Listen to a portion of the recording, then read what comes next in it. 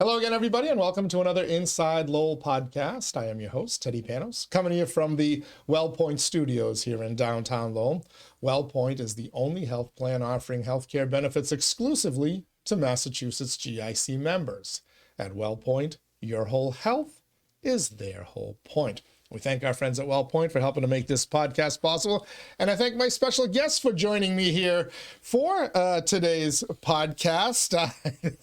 I joked when you guys came in that the new Public Enemies 1 and 1A in the city of Lowell, or at least to the city of Lowell's high-end coffee and soap and whatever else crowd. But Nick Leonardos is here with us in our WellPoint Studios. He is the executive director of the Lowell Community Charter Public School.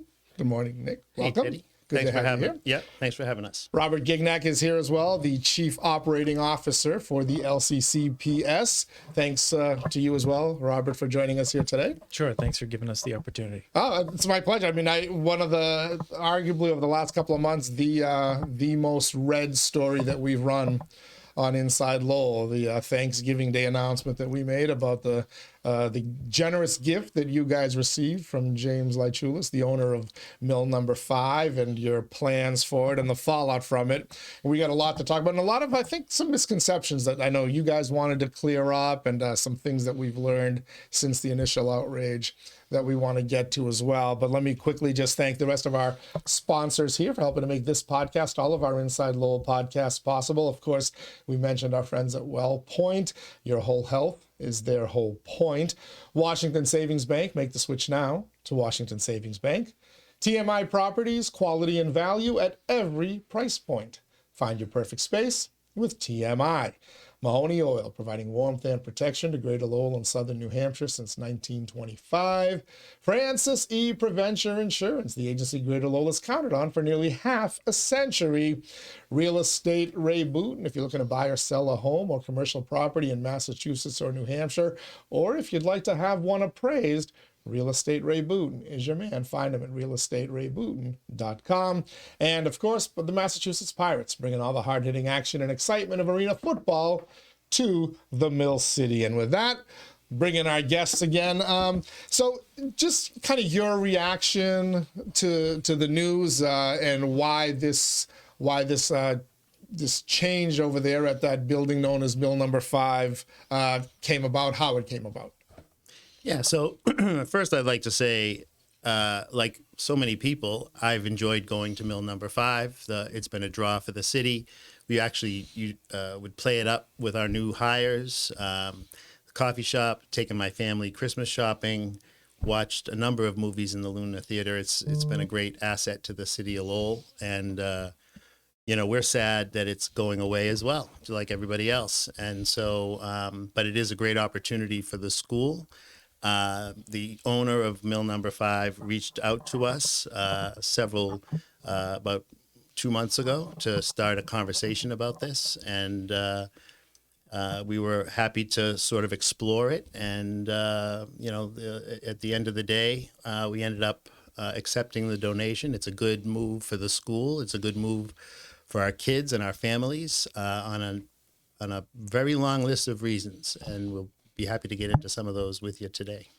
So you mentioned it was a donation. Mr. Lychulis has gifted that to the charter school. Were there discussions beforehand? You guys have had a long-standing relationship with him. You've been in that building, and I know there was some deals made, about a decade or so ago with Mr. Lychulis on that property. Had there been discussions before a couple of months ago? Had he been trying to sell it? Had you guys been in on those discussions? How did it lead up to the announcement last week? Yeah, so we had been, as it's been publicly known, we've been looking at building a gymnasium across the street for quite a while. And so we had been in discussions with the owner of Mill 5 regarding an easement and air rights to be able to build a bridge over his property onto our property across Middlesex Street. And so we had been negotiating and working out that deal for a number of months. As well as purchasing a small portion of the mill building known as the coal pocket. And so at the far corner of Canal and Jackson, are these two large black doors, and in that space is a coal pockets where the trains used to come in and deliver coal to the mill building, and we were looking at buying that for a performing arts center. So that's really where our discussions were, and had been for quite a while.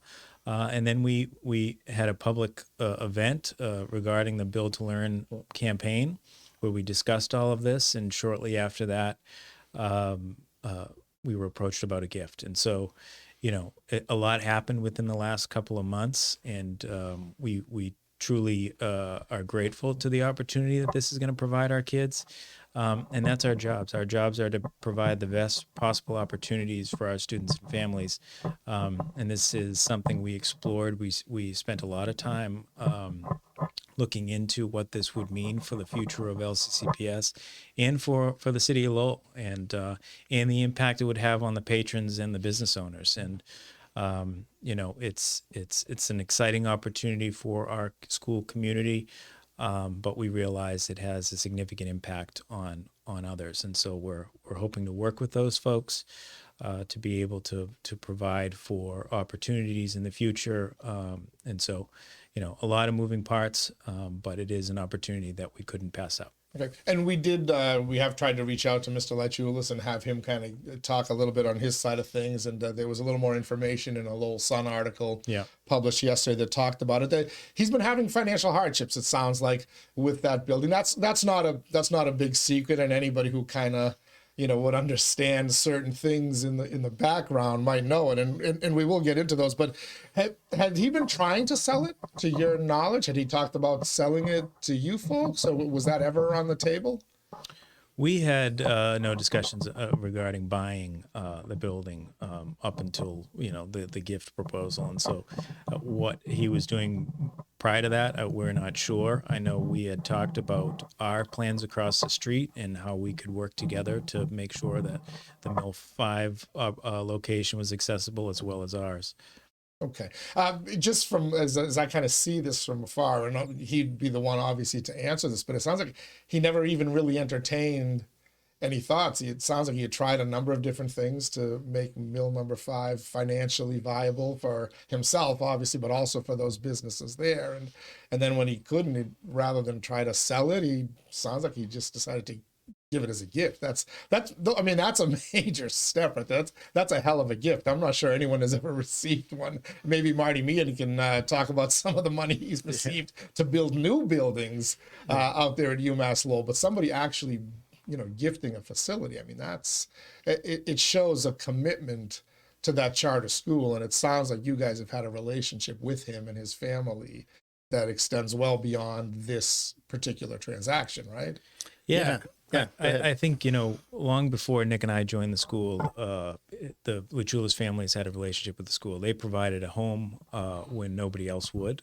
And, over time, the school has purchased the space that we currently occupy in both Mill 6 and Mill 5.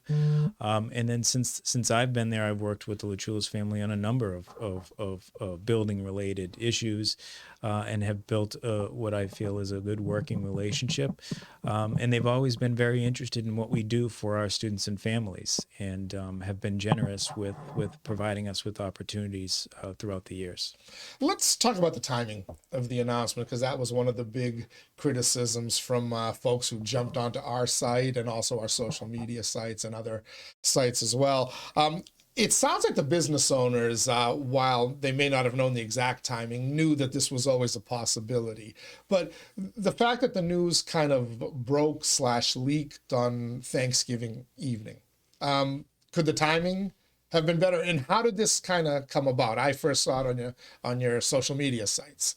There was a lengthy statement that you folks went on there that you then shared with me, and we published it on Thanksgiving. But how did this get out? Was that the intention? Was to kind of have the word get out when it did? So that process was really driven by the owner and their desire to put that word out. And so we didn't really have control over the details around that as far as when the agreement needed to be signed by our foundation board, which was done last week. And we were hoping to have more of a discussion with the shop owners this week, but word was spreading through the city and people were starting to talk about it to the point where we felt like we should, and the owner felt like he should release something so that people aren't hearing it through the grapevine. So you guys didn't send the news out. The word had started to get out, and I did have it confirmed by some folks within the city of Lowell that they were already dealing with some of the expected fallout from it. So to be clear, you guys didn't. While most of us might have found out either from your post on Wednesday or mine on Thursday morning, people knew and people were talking about it clearly, because I did receive other tips as well. On this story. And that wasn't the owner's intent either. I think that's important to make clear. So word was spreading through other channels, and we were hearing from other people that they were starting to hear about this. So we felt like we should put out something together to try to, put the information out and control that as much as we could. There seemed to be a lot of confusion about the buildings themselves.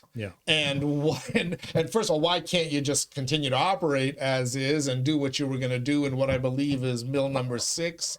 Is that the building where you were going to originally put the gym and the other facilities? No, so mill number 6 is the residential building, and so that's closest to the early garage. And so in mill number 6, we own and occupy the first 2 floors. Above us are residential condominiums. And then that building connects to mill 5, which we own and operate the first, second, and half of the 3rd floor presently. We own land across the street, across Middlesex Street. That was the original location for a gymnasium. Okay. So none of these residents, though, because there was a lot of talk about, people finding out they're going to be, homeless or evicted. Is anybody affected? Any of these residents is affected by this at all? They all own condominiums with a full condo agreement. And so there's no evictions going on. It doesn't impact mill 6 really at all at this point. It's really just mill 5. And so, one of the things that we're going to look at is moving, this is years away at this point, but this donation will give us the opportunity to look at moving the whole school into one building instead of being part of 2 different agreements, one with the condo owners above in mill 6 and with what was the Chulis family in mill 5. This is really a watershed moment for the school to be able to really own its own building. And really have no other agreements that we have to make with other groups, because, managing a public school with 800 kids is a pretty good job. And then on top of that, dealing with the myriad of issues that come up with tenants and or condo owners and the commercial space on the other side, from building issues that you have to come together on, a long laundry list of things during the history of the school. So this is really going to be a benefit in that regard. Okay. We're chatting with Nick Leonardos, the Executive Director of the Lowell Community Charter Public School, Robert Gignac, the Chief Operating Officer, and we're talking about the gift from the Chulis family of mill number 5 to the charter school. You kind of segued me a little bit there, Nick, to what I want to talk about, the tenants who are affected and who people have expressed the most concern for here, and that is the businesses in there. One thing that struck me, and even before it was confirmed in the Lowell Sun article by Mr. Chulis of the financial struggles over there, was that everybody was going to be leaving at some point. With this purchase, the businesses would have to be relocated, and it was all going to happen, or the plan was to have it all happen simultaneously.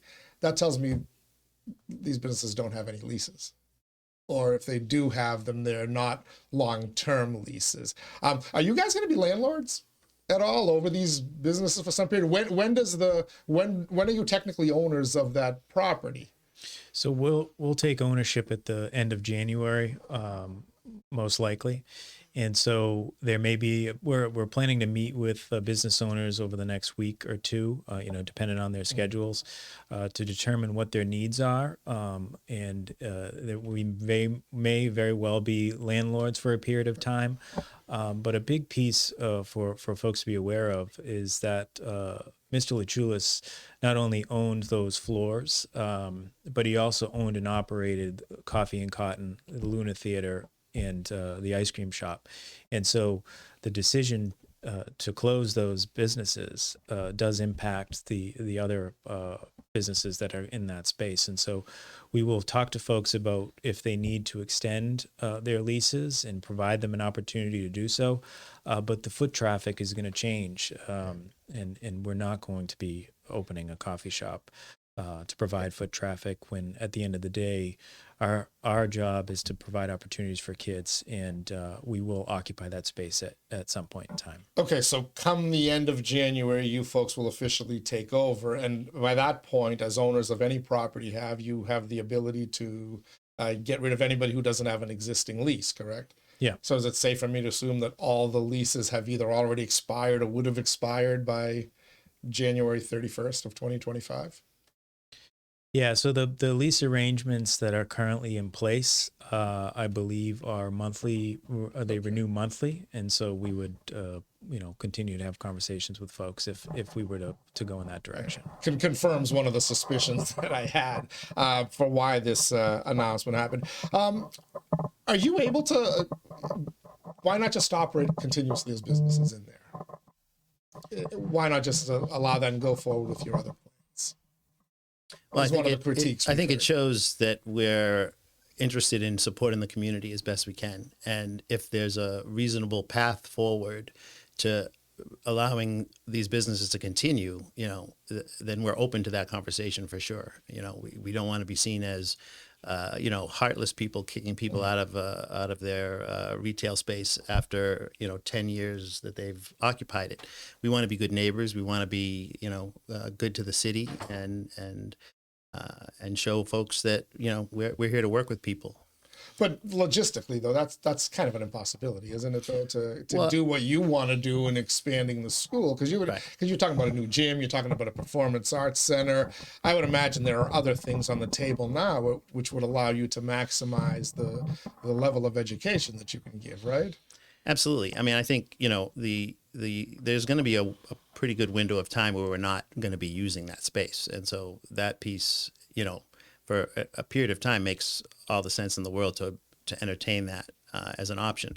And just to be clear, the gym isn't going to be inside the current Mill 5 building. It would be, at this point, our goal would be, and we're still in the process of planning it out, but we would situate the gym on the empty lot next to Mill 5. There's space there to potentially put in a little bit smaller of a gymnasium than we had originally planned across the street. And so, and then the other spaces on that in the building would be, as I said before, we'd look at potentially relocating the school fully into Mill 5. Okay.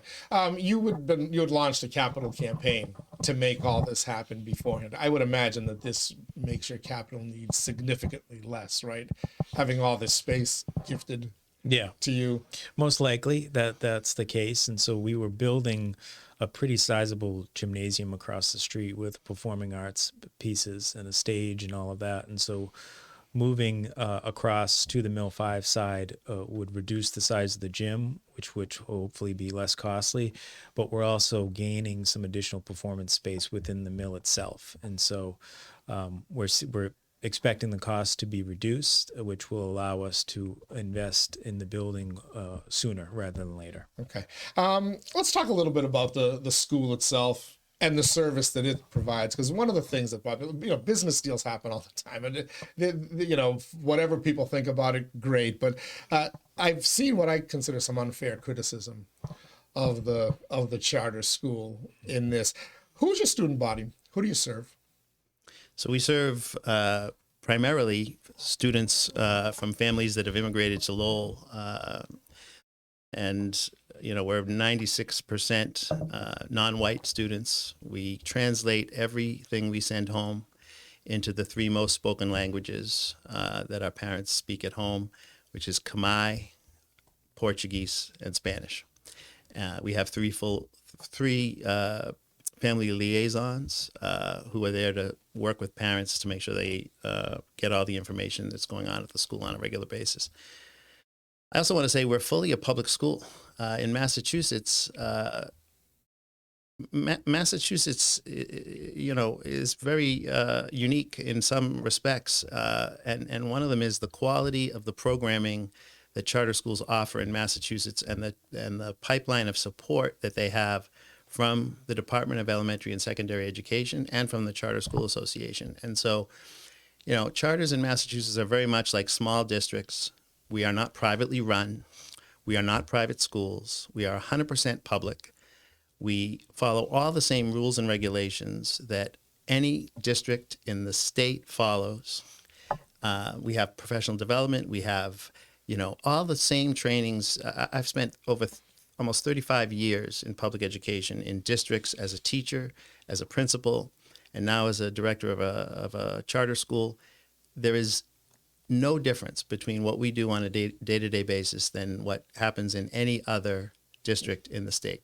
Well, there actually is a little bit. And while the city of Lowell and Lowell Public Schools like to boast about their diversity, and rightfully so, you gave a number, 96%? Yeah. Of your student body is some type of minority, right? Correct. Or immigrant population. Correct.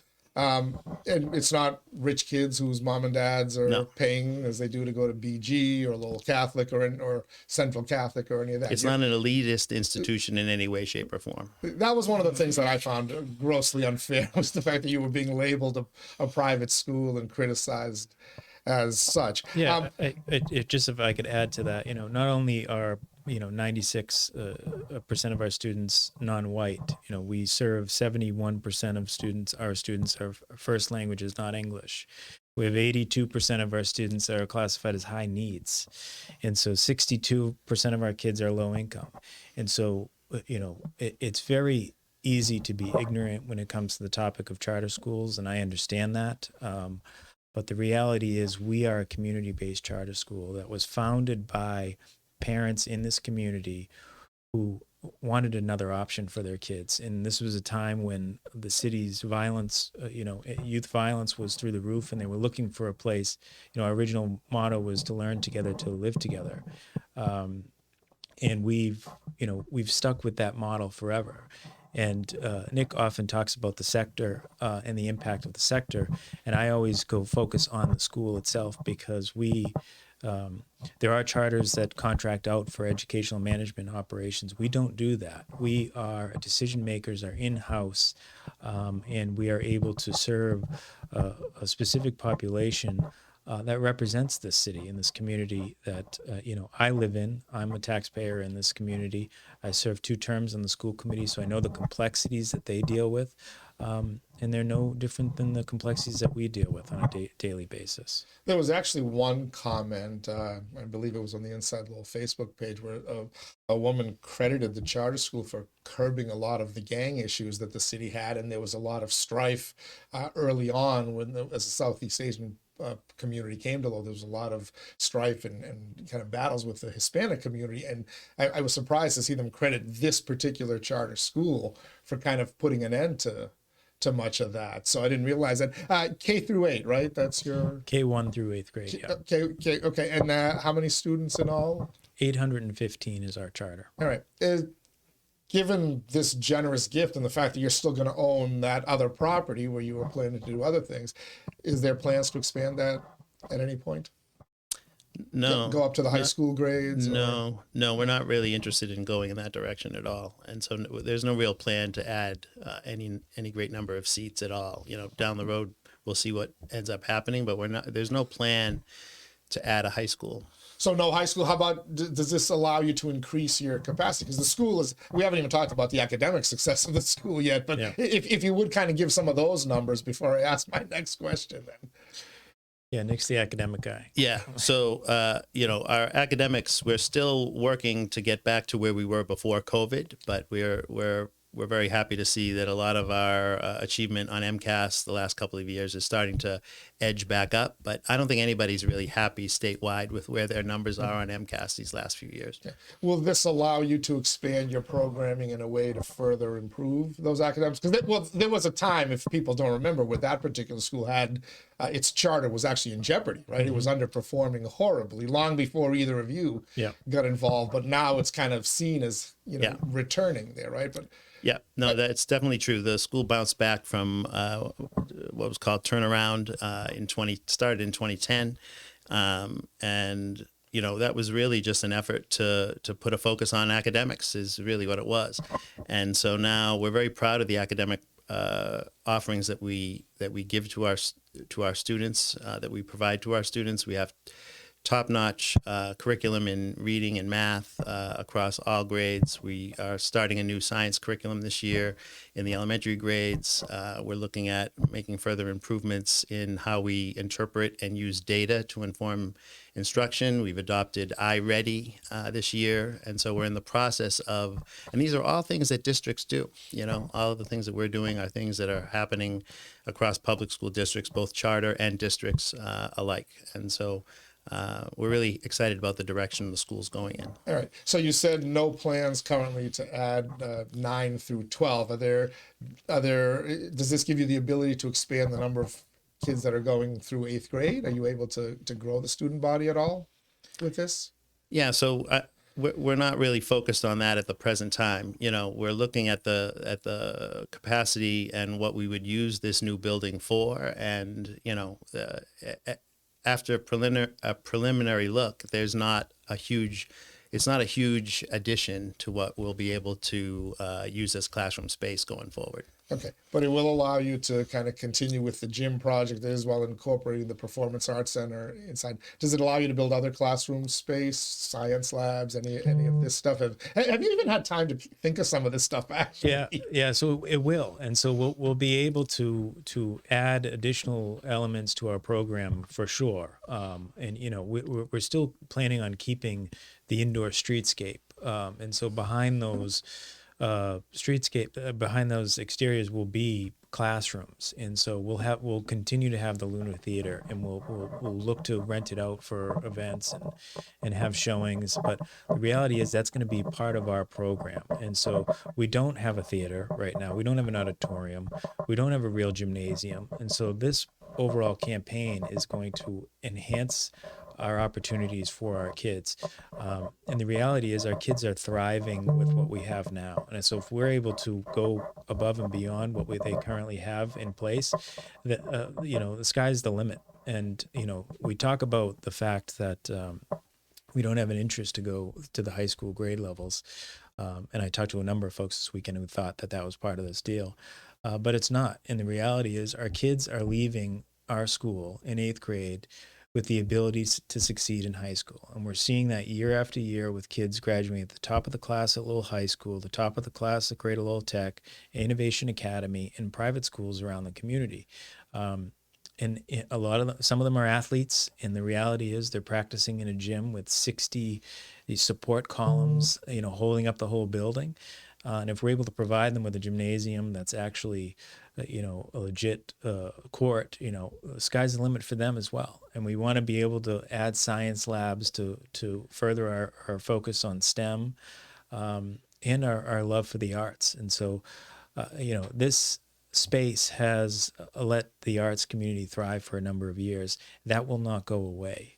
It's now going to be kids exposed to the arts in a more organic way as part of their core curriculum.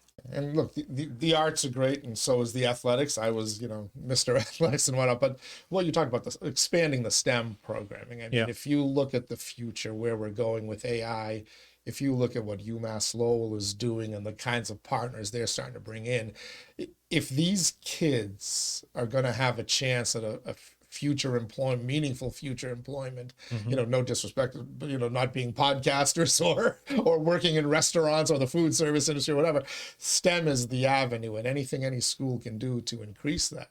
And it kind of strikes me that, you know, even though the Lowell High project isn't yet complete, it may already be outdated by the time it's done in terms of what they plan for the STEM technologies. You guys have an opportunity now to kind of do certain things that no other school in the city is able to do.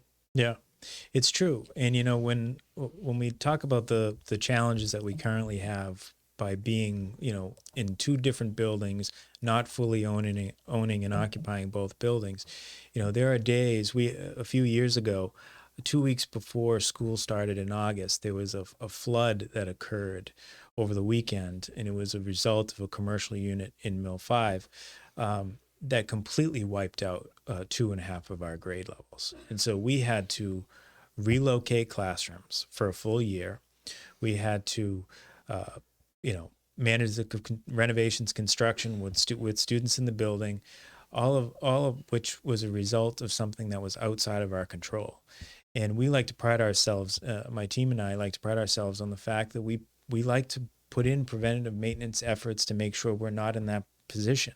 But when things are outside of your control, it's impossible. And just a month ago, we had a flood in our primary school as a result of a tenant in the residential condos knocking the sprinkler head off over the weekend, which flooded 4 classrooms and our server room, which, you know, we did a tally the other day. We've had almost $4 million in damages as a result of things outside of our control. And so In the past 5 years. in the past 5 years. And so that impacts our ability to perform at the level we'd like to. When we're moving classrooms and teachers and kids as a result of these things, it impacts them. Yeah, And just the sense of that as something that looms over your head, literally on a day-to-day basis. You know, I get a call during the Patriots game from Robert saying we got a problem, you know, and we have to go and pivot. We canceled school for the day. We had to relocate 4 classrooms. You know, all of that has a price to pay for our staff, for our kids. And so to me, you know, the biggest thing that this does is really help prevent that from happening in the future, because none of the issues we've been having are our own. They're all somebody else's problem that we have to deal with. All right. Well, anything else you guys want to add? Anything that the public out there to know? Yeah, I think I'll just, you know, end with, I hope folks will continue to support the businesses in Mill Number 5. I've supported them through my time here and will continue to do so. And I think, you know, we are the recipients of a very charitable gift that will be transformative for the lives of our students and families moving forward. And we're truly grateful for that. And, you know, we're hoping to work with the businesses so they can get established in other locations. And, you know, we're an open book. And so we're happy to have conversations with people. We're here to serve. We are, you know, excited, but also realistic that this is going to be a challenge. And, you know, the feedback has been brutal in some cases, and we are human. And so we make mistakes, but at the end of the day, our job is to provide the very best opportunities for our kids and families. And we believe by accepting this donation, we'll be able to do so. Nick? Yeah, and I'll just add what I was talking about at our event a couple of months ago when we were talking about building the gym across the street, and that this project and any gym that we might produce is going to be something that we want to share with the community.